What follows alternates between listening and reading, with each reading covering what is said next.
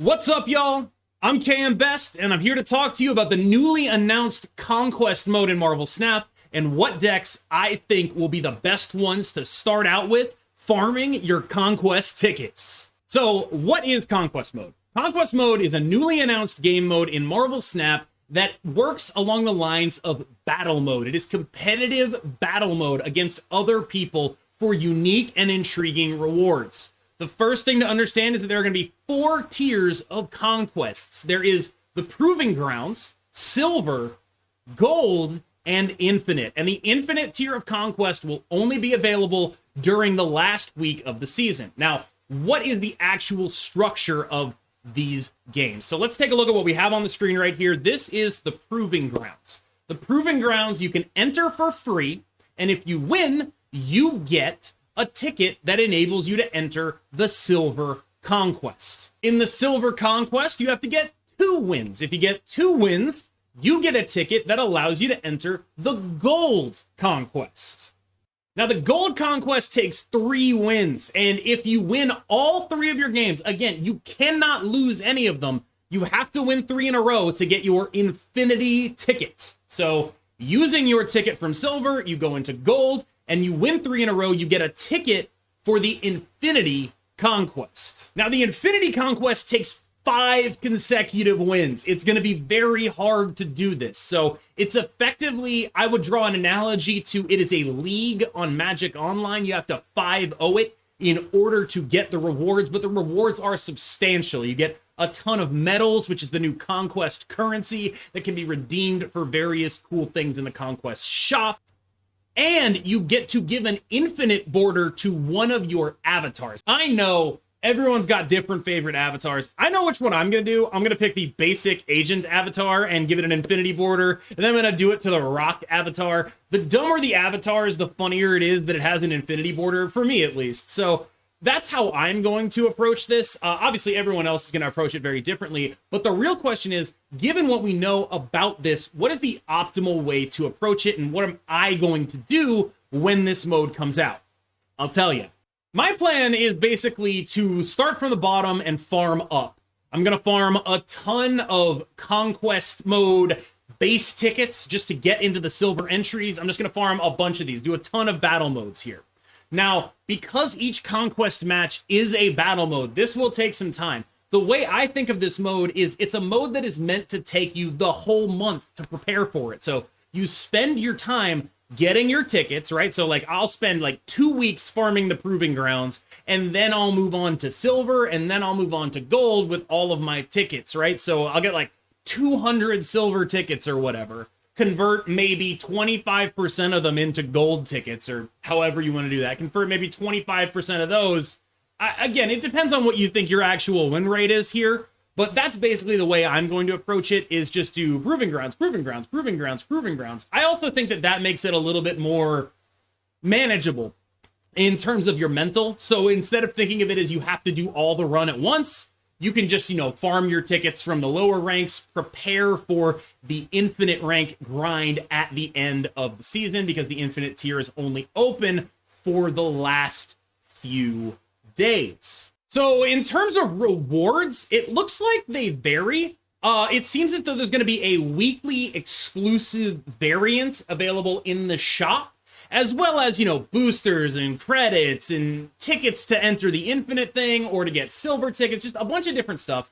And the way it works is once you buy enough things in the shop, you get that variant. Of course, you are using medals to acquire this stuff. So obviously the most medal value comes from the infinite rank. And also, as far as I can tell, you will get prorated rewards even if you don't win all 3, but you only get the ticket if you win all 3 in gold or all 2 in silver or your 1 game in the Proving Grounds. But you will still get some medals when you do this, as an example. So looking at the Gold Conquest here, you will get some medals for winning 1 game and then losing. You will get more medals for winning 2 games and then losing. And you will get all 370 medals and the ticket to enter the Infinity Conquest by winning 3 games in a row.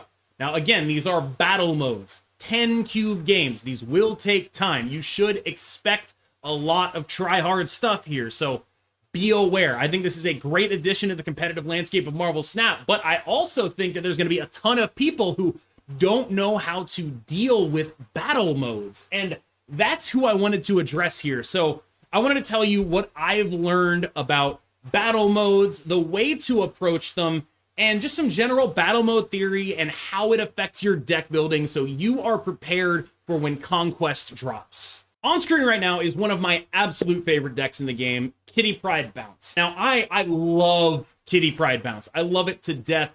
It is such a successful deck for me, one of my favorite play styles. I don't think I would ever be able to play it in a Conquest, though, because when you queue up Kitty Pryde Bounce, you are opting into the idea that there will be some very, very bad matchups. And over the course of a 10-cube battle mode, it is very difficult for you to beat those bad matchups. On ladder, sure, you might scam them sometimes.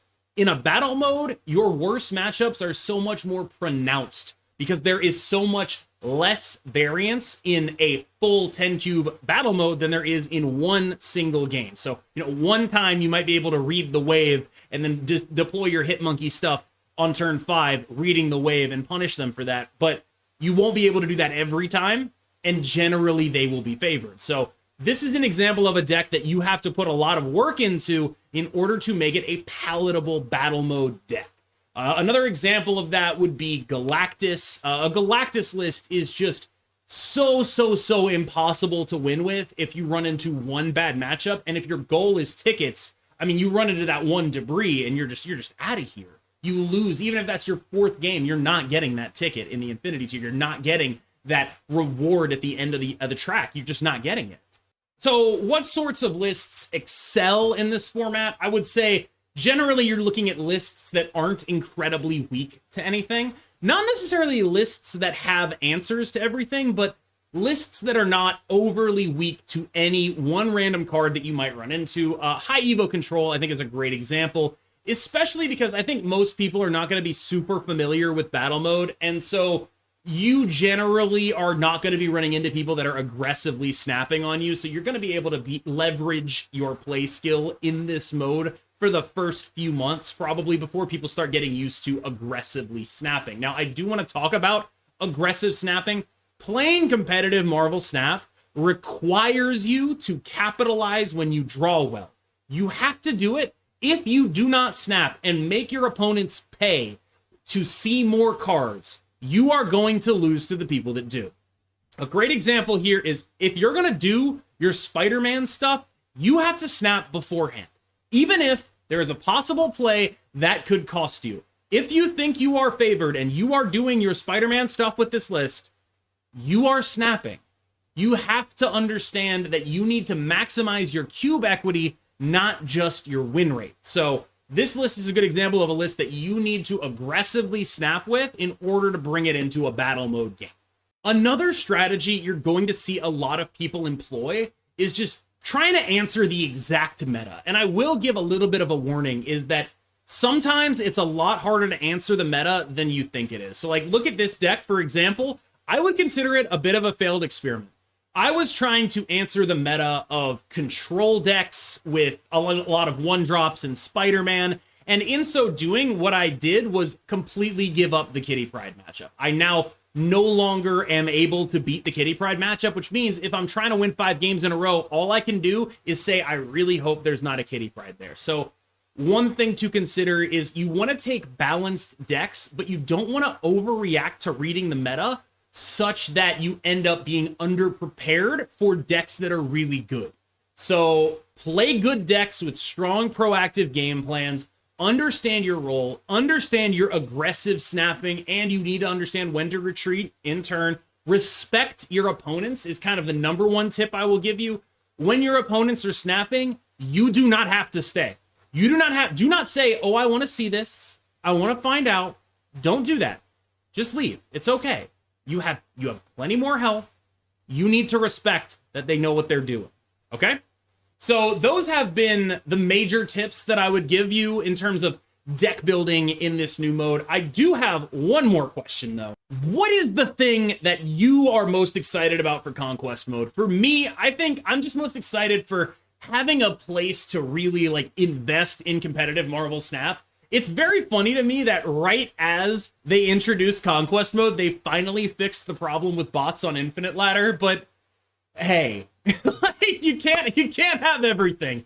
But now that they have fixed the problem with Conquest Mode, they decided it was time to fix the bots too, I guess. I do not know why those two things overlap, but that was the number one thing I'm excited for. Now I get that experience on Ladder too. Do you think Conquest Mode is going to overtake your Ladder experience? Are there any further questions that you need clarification on? I'd be happy to answer in the comments. Please leave all your questions in the comments below. Thank you so much. And as always, I will see you in the next one.